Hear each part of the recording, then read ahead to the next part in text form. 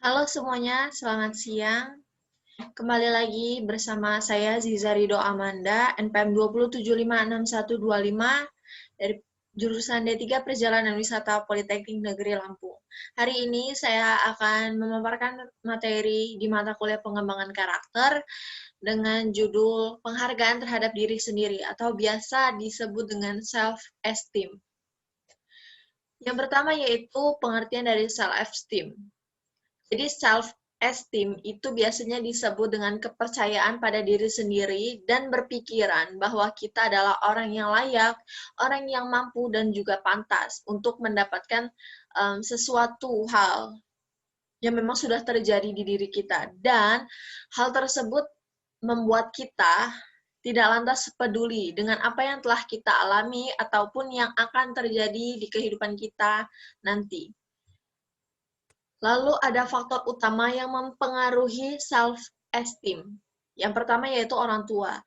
Jadi seperti yang kita ketahui, orang tua adalah faktor utama pembentukan self-esteem karena kita sedari kecil sudah tinggal dan dididik, lalu dirawat dan dibesarkan oleh orang tua sendiri.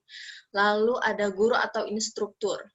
Sebagai makhluk yang berpendidikan, kita pastinya tahu bahwa guru memegang peranan yang sangat penting bagi kehidupan kita. Mengapa demikian? Karena guru itu seperti orang tua kedua yang mengajarkan kita berbagai hal tentang sebuah kebaikan di dalam kehidupan. Dan juga memberikan kita pendidikan yang layak agar kita menjadi orang yang lebih berguna ke depannya. Lalu ada teman sejawat. Kita sebagai manusia itu pasti bisa bersosialisasi dengan orang lain. Kita mempunyai teman, kita mempunyai sahabat. Jadi teman dan orang-orang sejawat kita inilah yang menjadi pelopor terbentuknya self-esteem yang kita miliki sekarang.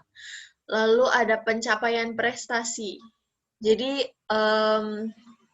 pencapaian prestasi ini biasanya dimiliki oleh orang-orang yang percaya diri dan sudah mempunyai self-esteem yang bagus di dirinya masing-masing.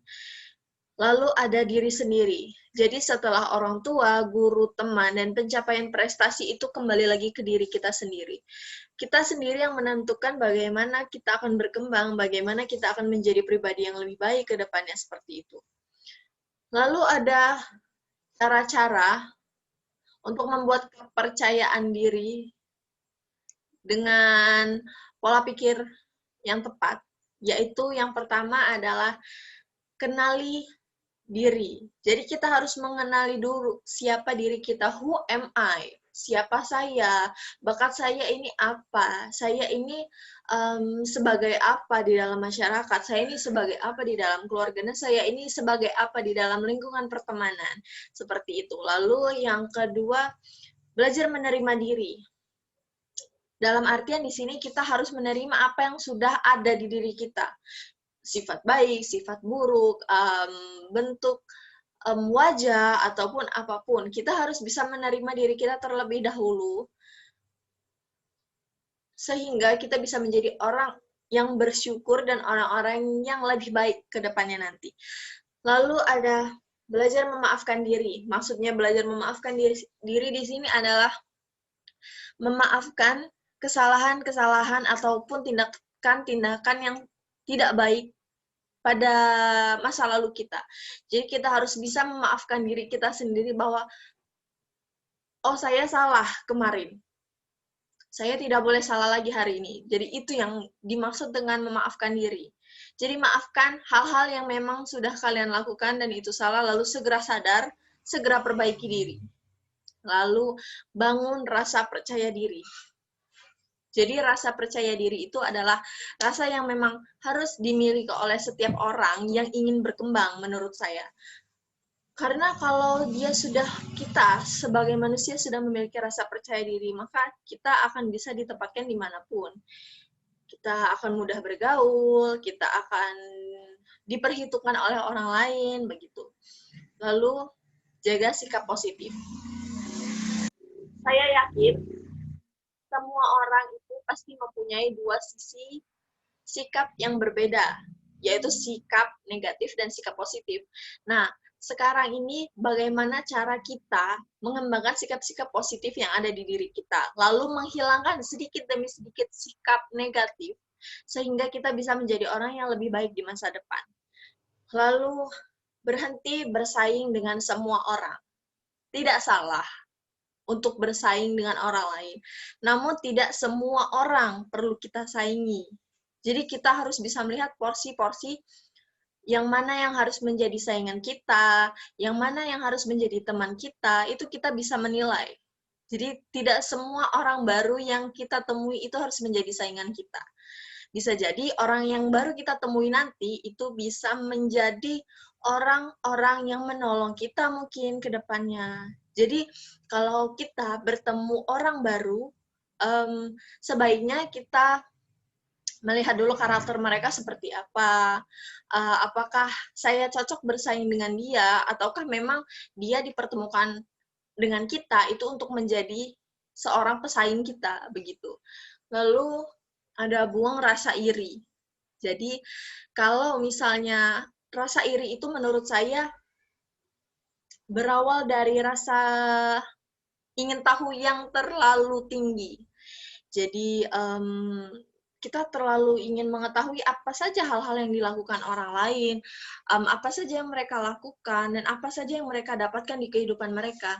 Karena saya yakin semua orang itu porsinya masing-masing berbeda. Jadi kalau saat ini, misalnya kalian dapat nilai C hari ini, dan teman kalian dapat nilai A, itu kalau kita tidak menanyakan, "Hai, kamu dapat nilai berapa hari ini?" Saya dapat A. Dia jawab, dia dapat A, dan kita dapat C. Itu pasti akan menimbulkan rasa-rasa iri yang seharusnya tidak timbul ketika kita tidak bertanya pada mereka. Seperti itu. Lalu percaya pada keputusan yang diambil. Setiap masalah pasti ada jalan keluar. Dan setiap pilihan pasti ada keputusan. Jadi kalau kita sudah mengambil keputusan A, ya sudah, kita jalani saja. Dan kita percaya bahwa pilihan A tersebut adalah pilihan yang terbaik untuk kita. Seperti itu. Lalu belajar menerima kritikan. Jadi sebagai manusia seharusnya kita bisa lebih lapang dada untuk menerima kritikan-kritikan dari orang lain. Karena saya percaya, sebaik apapun kita, sebagus apapun kepribadian kita, pasti kita ada saja orang-orang yang tidak menyukai kita, dan itu tidak bisa terhindarkan. Sikap apa yang harusnya kita ambil? Harusnya kita itu mengambil sisi positif mengapa mereka berkomentar. Kita harus mengetahui dulu apa inti dari komentar dia. Bisa jadi komentar atau kritikan tersebut itu bisa membuat diri kita lebih baik ke depannya. Jadi jangan ditolak mentah-mentah. Ambil baiknya, buang yang jelek. Seperti itu. Lalu jangan mudah terhasut. Biasanya kalau untuk masalah terhasut, ini adalah masalah yang lebih cenderung ke negatif. Kenapa? Kalau misalnya mudah terhasutnya, saya mudah terhasut nih, lebih pengen belajar, lebih giat, itu baik, itu bagus, dan itu patut dicontoh. Namun kalau biasanya mudah terhasut ini adalah orang-orang yang mudah terhasut dengan apa yang dimiliki orang lain. Contohnya seperti gaya hidup yang berbeda. Jadi ketika kita menemui atau melakukan kontak dengan orang tersebut secara intens, kita itu akan membuat diri kita seperti harus ikut orang itu, seperti gaya hidup contohnya. Kita adalah orang yang sederhana contohnya, dan si B, teman saya, teman kita, itu adalah orang yang memang keluarganya, ekonominya menengah ke atas. Kita tentunya tidak bisa mengikuti gaya hidup mereka. Gaya hidup yang biasa jalan-jalan ke mall, makan di restoran, terus even ke mungkin jalan-jalan ke hotel atau segala macam. Kita harus pandai mengukur diri kita. Bisa nggak kita seperti dia? Atau istilah kasarnya, cukup nggak uang kita buat mengikuti gaya hidup dia gitu. Jadi jangan mudah terhasut. kalau kita ingin menjadi pribadi yang aman, damai, dan tentram nantinya. Lalu ada hal-hal yang melakukan untuk tindakan untuk menghargai diri sendiri. Jadi kita sebagai seseorang harusnya kita sudah bisa menghargai diri kita sebagai apa. Jadi di sini ada 3 poin. 3 poin ini, yang pertama itu perlakukan diri dengan cara yang terhormat. Jadi kita itu harus menganggap bahwa diri kita itu adalah sesuatu yang baik, sesuatu yang terhormat, yang harus dihargai. Di dalam cara yang terhormat tersebut ada 3 poin lagi, yaitu jangan menipu diri seperti tadi. Jangan menipu diri kalian. Misalnya yang tadi saya jelaskan, yang tadi saya paparkan, saya tidak bisa mengikuti gaya hidup dia. Ya sudah gitu loh. Jangan kalian menipu diri kalian sendiri, saya bisa mampu mengikuti dia. Itu kan kalian menipu diri kalian sendiri, padahal kalian tidak bisa mengikuti gaya hidup mereka. Namun kalau menipu di sini bukannya menipu yang positif ya maksud saya. Kalau menurut saya ada menipu yang positif, yaitu menipu diri kita. Misalnya kita orang yang lemah di bidang matematika ataupun di bidang lainnya. Misalnya, tipu diri kalian agar kalian termotivasi. Namun harus dalam konteks yang positif. Sepertinya saya bisa matematika. Tipu diri kalian, kita harus menipu diri kita. Saya bisa. Nah, kalau seperti itu bagus. Namun kalau yang tadi saya bilang menipu diri kita dengan cara kita mengiya-iyakan semua apa yang orang lain lakukan, itu saya rasa hidup kita nanti tidak akan berkembang. Lalu adalah lakukan hal yang membuat diri bahagia. Jadi saya percaya bahwa tingkat kebahagiaan orang itu berbeda-beda. Ada yang bahagia hanya dengan makan tempe, mohon maaf. Lalu ada yang bahagia dengan cara dia bisa keliling dunia. Lalu ada yang bahagia ketika dia memiliki pacar mungkin. Jadi tingkat kebahagiaan orang itu beda-beda, dan kita sebagai individu, kita harus mengetahui apa yang membuat diri kita bahagia. Saya harus melakukan apa ya untuk membahagiakan hidup saya begitu. Lalu yang ketiga, belajar mengembangkan diri dan percaya akan kemampuan diri. Yang pertama yaitu yang di poin belakang tadi, kenali diri. Who am I? Siapa saya? Bakat saya seperti apa? Apa yang harus saya kembangkan untuk menjadi orang yang lebih baik ke depannya? Kita harus kenal dulu sama diri kita. Kenalan kamu siapa, seperti itu. Lalu hargai dan rawat tubuh. Jadi kita memang diajarkan untuk menerima apapun resikonya. Mohon maaf, maksud saya menerima apapun bentuk tubuh kita seperti apa. Namun tidak menutup kemungkinan kita harus merawatnya juga. Biasanya, kalau orang-orang yang tidak merawat tubuh ataupun merawat penampilan mereka, dia akan mempunyai rasa yang kalau disebut sekarang mungkin insecure ya. Jadi dia akan lebih insecure dari orang lain karena dia merasa ke orang itu cantik ya, saya tidak. Ke orang ini mukanya bersinar ya, saya tidak. Kenapa orang ini enak dilihat dan saya tidak? Padahal semua orang-orang ini misalnya melakukan hal yang tidak kita lakukan. Contohnya seperti orang yang cantik, rupanya dia melakukan perawatan terhadap wajah dia, tapi kita nggak melakukan, dan kita mau seperti dia, dan itu menurut saya adalah hal yang mustahil gitu. Karena apa? Dia melakukan apa yang tidak saya lakukan, seperti itu. Lalu ketahui tentang kekurangan diri. Setiap kelebihan pasti ada kekurangan. Sama seperti sikap negatif, pasti ada sikap positifnya. Jadi, ketika kita mengetahui hal-hal yang membuat diri kita merasa seperti sikap negatif atau kekurangan diri kita sudah tahu. Kita sudah kenal dengan diri kita. Kita tahu, oh saya harus berubah. agar kita menjadi orang yang lebih baik tentunya. Seperti itu. Lalu, menjadi pribadi yang baik bagi diri sendiri, yang pertama itu ada poin berhenti merendahkan diri sendiri di depan orang lain. Jadi merendahkan diri sendiri di depan orang lain seperti ini. Kenapa ya aku hari ini saya rasa badan saya lebih lebar, wajah saya kok lebih kotor ya daripada kemarin. Jadi saya minta tolong kepada kalian semua dan kita sama-sama belajar untuk berhenti mengucapkan hal-hal tersebut. Karena dengan pasti ketika kita menyebutkan hal-hal tersebut, orang atau teman yang kita temui tidak melihat kekurangan kita hari itu, jadi dia lebih jeli melihat, oh iya ya, kok badan kamu maaf seperti lebaran gitu. Nah, itu adalah salah. Tadinya kan mereka tidak tahu nih apa kekurangan kita hari ini, tapi karena kita merasa tidak percaya diri, lalu kita tidak sadar kalau kita ternyata merendahkan diri kita sendiri di depan mereka. Begitu. Lalu, yang kedua, lakukan sesuatu yang membuat kita bangga. Jadi,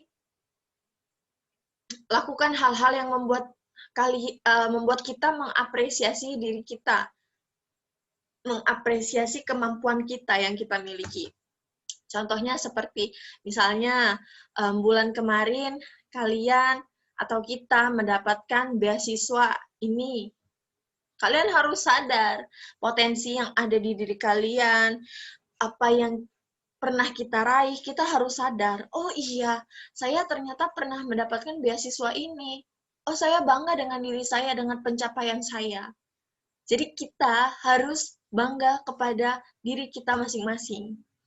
Jangan pernah merendahkan ataupun meremehkan diri kita. Karena kita adalah kita. Kita dilihat orang lain adalah kita.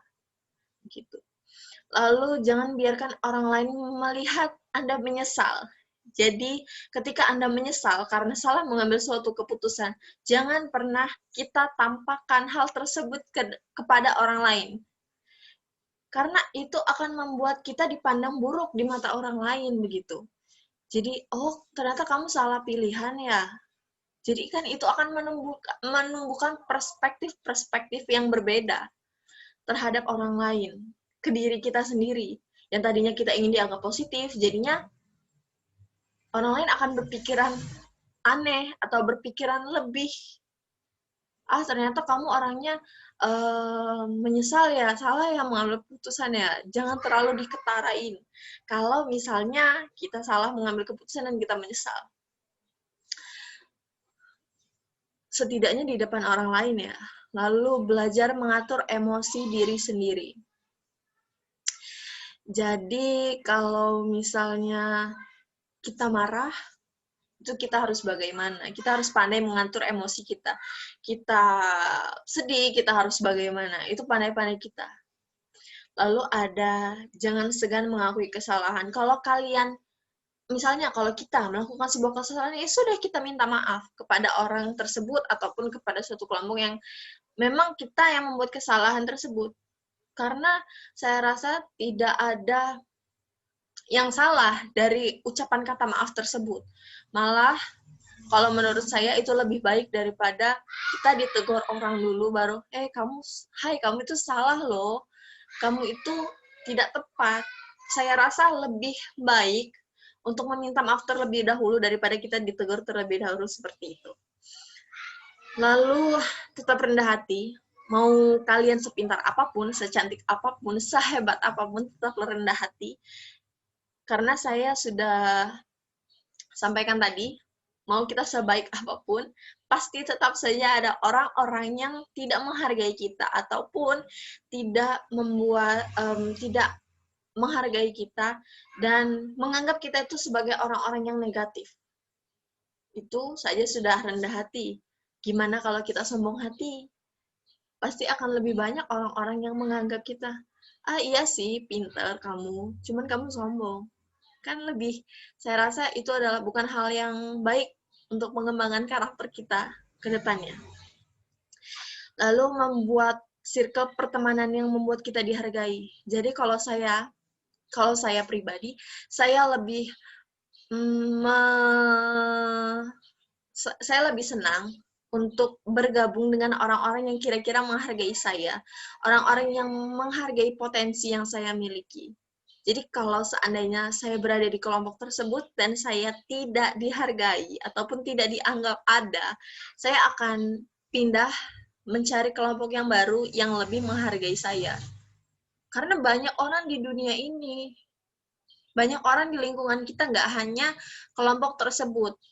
Jadi kalau misalnya ngapain kita bergabung di sana kalau misalnya kita tidak dihargai, seperti itu kalau menurut saya. Lalu terima kasih, seperti mungkin pemaparan materi dari saya cukup sampai di situ. Saya harap kita semua menjadi pribadi yang lebih baik ke depannya, menjadi orang-orang yang berkepribadian baik dan positif tentunya. Lalu saya punya sedikit pesan untuk kalian, yaitu don't forget to trust yourself first and always appreciate what you do because you're better than anyone else.